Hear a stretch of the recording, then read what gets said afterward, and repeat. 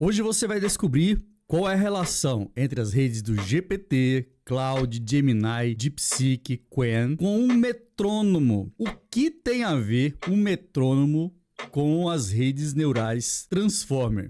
É o que você vai ver agora nesse vídeo sobre Positional Encoding.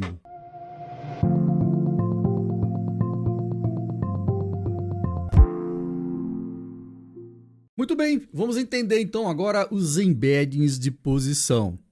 A gente sabe que os textos, eles são sequências de palavras. E as sequências e posições, eles sempre foram um problema na computação. Olha só esse problema aqui, olha só esse caso. Vamos lá, vamos destrinchar esse caso aqui especificamente. Imagina que você tem dias da semana que você quer modelar na computação, tá? Dias da semana, segunda, terça, quarta, domingo. A gente sabe que existe um movimento circular aqui, né? Segunda e domingo são informações que, de certa forma, semanticamente, elas devem estar próximas, né? Se eu chamar o dia da semana de 1, 2, 3, 4, 5, 6, 7, nesse caso, se eu fizer isso, não é possível verificar a sequência da informação. Mas como assim, Sandé? Porque, veja bem, o dia da semana segunda, que é o dia 1, deveria estar próximo do dia domingo, que é dia 7. Porque, na sequência, segunda é depois de domingo. São coisas que repetem, entendeu? De forma cíclica. Ou seja, isso é importante saber que sábado está perto de domingo, sábado é 6, domingo é 7, mas depois isso volta para segunda. Então, se por acaso eu tiver informações na minha base de dados, né, que são sequenciais, eu não posso simplesmente numerar, porque dessa forma eu perco a sequência da informação. Essa informação, ela é ciclotímica, certo? Então é importante a gente verificar isso. Bom, uma abordagem mais inteligente seria fazer o seguinte: eu vou pegar um círculo, tá? E vou dividir ele em 7 partes iguais. Essas fatias aqui, ó, 7 partes iguais. E ainda assim vou colocar esses números aqui, tá? Agora você vai ver que o número 1 vai estar depois do número 7, quando ele fizer o ciclo, né? O que a gente espera é exatamente isso. Obviamente, agora, aqui eu tenho domingo, segunda, terça, quarta, quinta, sexta, sábado, e aí volta para domingo. Percebe que aqui eu tenho um dado ciclotímico? Isso aqui é muito importante para que a inteligência artificial possa entender padrões ciclotímicos, entendeu? Aí agora o que eu vou fazer é o seguinte: eu vou simplesmente dizer que aqui no 1 começa no ângulo 0, aqui vai ser 51, que eu vou dividir o 360 por 7, tá? Vai dar 51, 102, 154, 205, 257, 308. Aqui é importante porque eu vou definir, nesse caso, né, cada ângulo, tá? Não se assusta com ângulos e valores não, tá? Aqui, visualmente, você tem que perceber a ciclotimidade aqui do processo, né? Tá bom? Agora o que eu vou fazer é calcular o seno e cosseno de cada informação dessa. Então você veja, o seno de 0 é 0, o cosseno de 0 é 1, certo? E assim sucessivamente, para cada ângulo desse eu vou calcular o seno e cosseno, tá bom? Você pode estar olhando agora e dizer assim, não entendi nada, cara. Mas você vai entender agora quando eu plotar isso num gráfico, ó. Olha o que acontece. Eu consigo ver aqui, ó, por exemplo, domingo, que se liga com segunda, que se liga com terça, com quarta, com quinta, com sexta, com sábado, com domingo, tá vendo? E assim, ciclotimicamente, o dado vai sendo modelado, tá vendo? E aí eu também tenho aqui no cosseno essa informação e o seno do mesmo jeito, tá? Então você vê as ondas de informação acontecendo. Isso aqui é super importante você entender, porque é dessa forma que o Transformer vai enxergar as palavras. A sequência de palavras dentro do Transformer é muito importante. A gente vai aplicar seno e cosseno aos embeddings de posição. As redes Transformers, elas vieram para substituir uma rede chamada LSTM, que era muito boa com sequências de palavras, mas o problema dela é que ela era totalmente sequencial. Não era possível a gente usar a GPU em sua plenitude, entende? A questão toda e o problema maior é exatamente esse. A LSTM era muito boa, mas muito ruim para executar em GPU. Por isso que ela se tornava lenta e ruim de treinamento.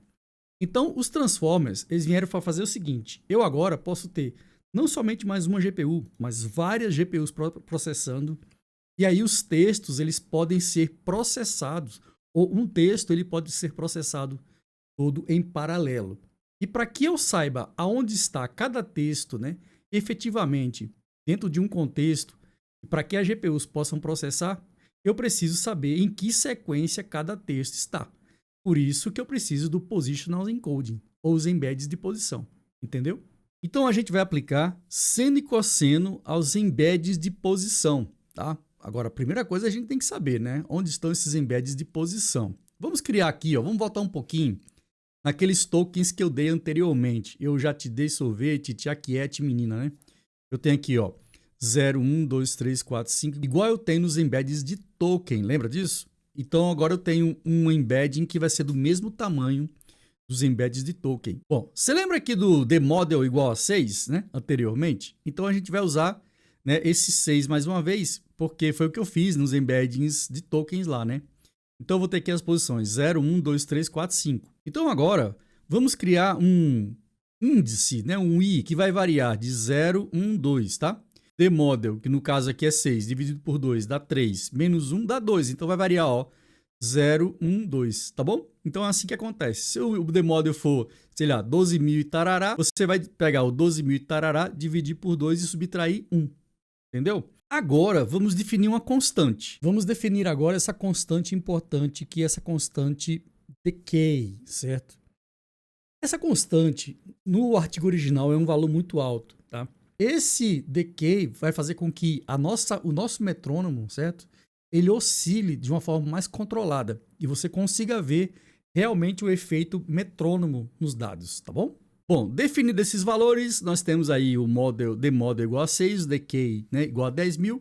Então, vamos calcular o ângulo com essa fórmula aqui, ó. Position dividido por esse decay, que é igual a 10.000, elevado a 2i dividido por TheModel. Caramba, velho, agora eu não, mais conta de matemática, Deus me livre. Mas isso é muito simples, olha só. Vou pegar o position aqui, ó. Vou pegar o position igual a 0, tá? E aí, ó, lá vai ser igual a 0. Aí eu vou fazer o quê? Esse aqui é o position. Troquei aqui por 0.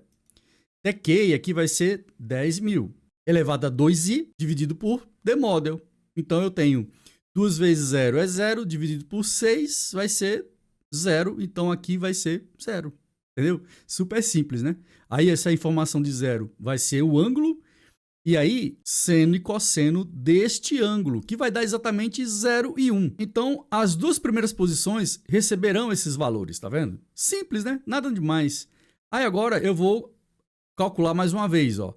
O meu I agora variou para 1, tá vendo aqui, ó? Variou para 1. Então, quando eu faço o cálculo lá em cima, ó, 0 dividido por qualquer coisa vai ser 0, tá bom? Aqui vai ser 0, tudo vai ser 0 e 1 de novo, repete lá. E você já percebeu que por causa do ângulo aqui, né, tudo será 0 e 1 de novo, né? Então vai ficar assim. Nossa, mas é isso? É só isso? É só isso, tá? Só que agora vamos fazer para a posição 1 aqui, né? Eu estava na posição 0, agora vamos para a posição 1, beleza? Olha como é simples. Vou calcular mais uma vez. Vou mudar a posição. Aqui o I vai receber 0. Eu vou zerar tudo isso. E mais uma vez, ó, o TheModel vai ser aqui igual a 6. Abrimos aqui a posição. Vamos agora preencher esse embedding de posição. Então agora, mesma fórmula. Mais uma vez, eu tenho 1 dividido por 10.000 elevado, né? 10.000 elevado a 2i dividido por 6. I, nesse caso aqui, é 0. Então, eu terei quem? 1 dividido por 1. Ok? Porque qualquer número elevado a 0, olha só. Qualquer número elevado a 0 aqui, ó. E vai dar 0. 2 vezes 0 é 0, dividido por 6 é 0, certo? Qualquer número elevado a 0 é igual a 1. Isso é na matemática, tá? Então, ó, d igual a 1. 1 dividido por 1 é 1. Ok, então o ângulo vai ser igual a 1, tá? O ângulo agora é igual a 1. Veja que agora eu estou variando um pouquinho o ângulo, né? Muito parecido com a questão dos dias da semana lá. Ó, quando eu faço seno e cosseno do ângulo 1, eu tenho 0,84 e 0,54, tá? Beleza? Então, veja aqui, ó. Ele saiu de 0 para 84. Aqui saiu de 1 para 54. Você concorda que aqui em cima variou mais do que aqui embaixo? Consegue ver isso? Vamos em frente, ó. Agora, quando eu for fazer os próximos valores, né? O próximo cálculo, você vai perceber que o ângulo agora vai ser igual a 0,04, tá? E aí, quando eu aplicar aqui, nós teremos isso, ó. Mais uma variação, ó. Você veja que aqui variou menos, ó, nessa linha, tá vendo, ó? Variou menos que esse aqui, que variou menos que esse aqui. de 1 para 0,998. Percebe? Se eu fizer mais uma vez o cálculo do ângulo, né, e aplicar seno e cosseno, você vai perceber que vai variar menos ainda, tá? Vai variar menos ainda. Aqui vai de 0 para 0,2 e aqui embaixo de 1 para 0,99. Então, olha isso, ó.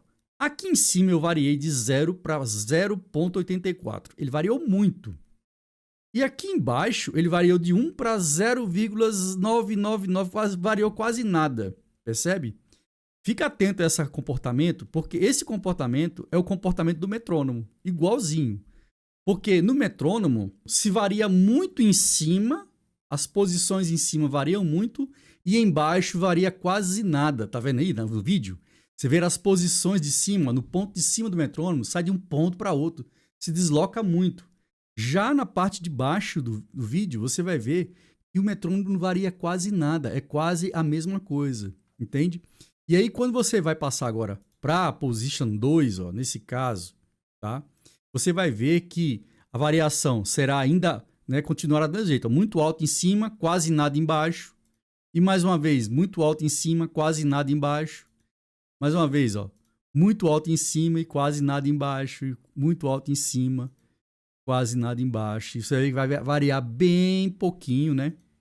Aqui já nos últimos embeddings, aqui começou a variar, 0,0096, enquanto em cima varia muito, aqui varia pouco. E aqui em cima, mais uma vez, varia muito e lá embaixo varia pouco. E aqui de novo, mais uma vez, tá? Esses são chamados embeddings de posição, que são importantíssimos no Transformer. E aí, mais uma vez, olhando para as linhas, né? Aqui em cima variou muito e aqui embaixo muito pouco, né? Muito pouco. Aqui no meio eu tenho uma variação média, tá? E aí eu tenho essa noção de que, da mesma forma como sendo cosseno, né? A gente fez aquela onda, também você pode dizer que o metrônomo, de certa forma, cria uma onda, né? Uma onda posicional. Quando a gente imprime esses embeddings, o que a gente vê é exatamente isso aí, ó.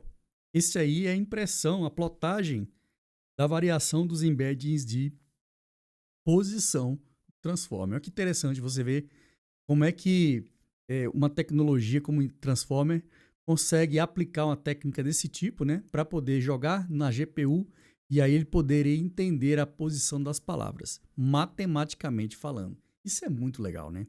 Muito bem, então agora vamos definir o que são os embeddings do Transformer. Porque até então a gente viu dois tipos de embedding. O primeiro foi o embed de tokens, né? E depois os embeds de posição. Agora o que a gente vai ter é o seguinte. Os embeddings do Transformer será o seguinte. A gente vai ter os embeddings de token, tá? Que a gente já calculou. A gente tem essa altura de model.